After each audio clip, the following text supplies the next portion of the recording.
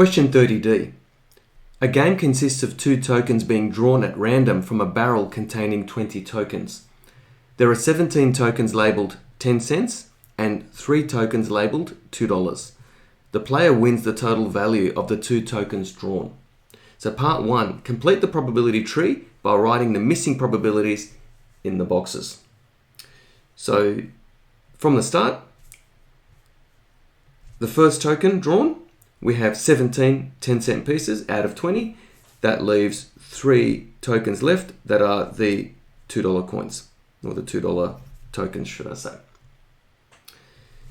Now that we've drawn a token from the box, we now have 19 tokens left. So in fact, all of these probabilities in the second draw, or drawing the second token, will all be over a denominator of 19. So we can fill that out immediately, in fact, like so. But we need to work out the numerators though. If there are 16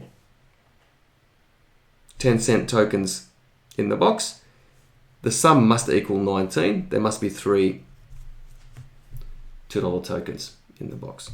So when you add the numerators, 16 plus 3 should equal the denominator of 19. Okay, what about these two here? So if we've drawn a $2 token, that means that we still have 17 10-cent tokens in the box. After all, we start off with 17 10-cent tokens, and on the first draw, if we draw a $2 token, we still have 17 10-cent tokens left. But there's now one less $2 token. Okay, so remember that we initially start off with 3 tokens labeled $2. That means we have 2 tokens left. So that answers part 1. Now part 2, technically, it's actually not in the syllabus anymore. It's actually a question from a previous syllabus. But I still think that it's worth going through this, and I've just added a little bit more to this. So part 2, considering that the game costs $1 to play, calculate the financial expectation of the game. So what this means is that how much on average would a player stand to win or lose. So we need to take into account how much it actually costs to play. So how much a player will win or lose on average based on these probabilities. So I still think it's a question that's well worth going through. So the way we work this out is we work out the probability, for example, of winning 20 cents. And we then multiply it by the value of that win.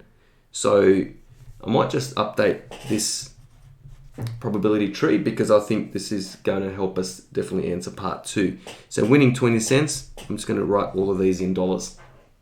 Winning $2.10, winning $2.10, winning $4. So I'm going to just express everything in dollar terms. The next thing we need to do is to work out the probability of each of these outcomes.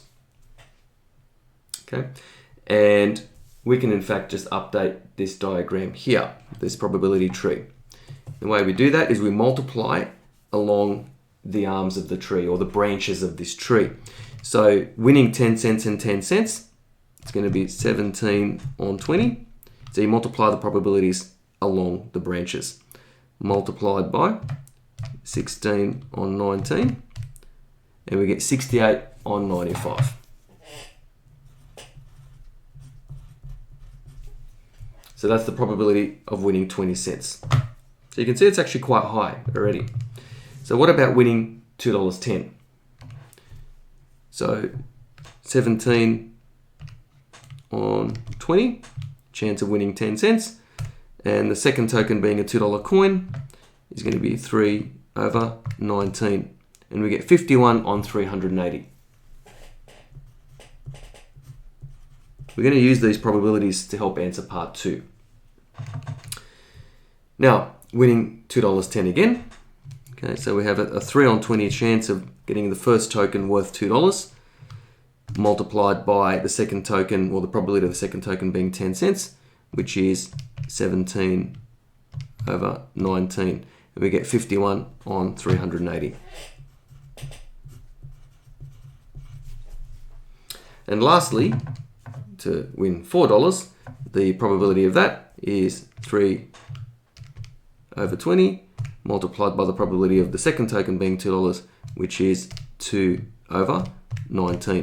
And we get 3 on 190. Okay. So the financial expectation, okay, I would say or we could say the average win or loss is equal to the probability of winning 20 cents. So that's going to be 68 over 95 multiplied by 20 cents plus the probability of winning $2.10. In fact, winning $2.10, we don't have to do this 2 separate times. We can just work out one of them and then just double it. So it's going to be probability of winning $2.10 or one lot of $2.10. So it's 51 over 380 multiplied by $2.10 multiplied by 2. Okay, because we have 2 lots there. And the last outcome, which is the win of $4. Okay, and that's a 3 on 90 chance. So plus 190 multiplied by $4. But we need to subtract the cost of playing this game. It costs $1 to play. So working all that out now. Okay, so 68 on 95 multiplied by 20 cents plus 51 on 380 multiplied by $2.10 multiplied by 2, because there's two of these outcomes, if you recall, plus 3 on 190, okay, multiplied by $4, okay, and then minus $1 to play. And we end up with negative 23 cents.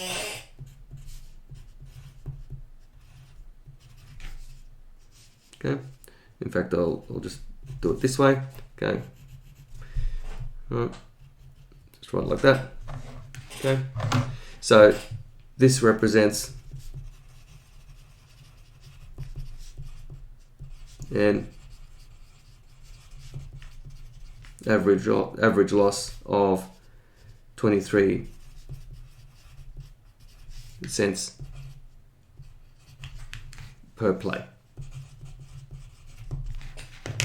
And that's the financial expectation of this game.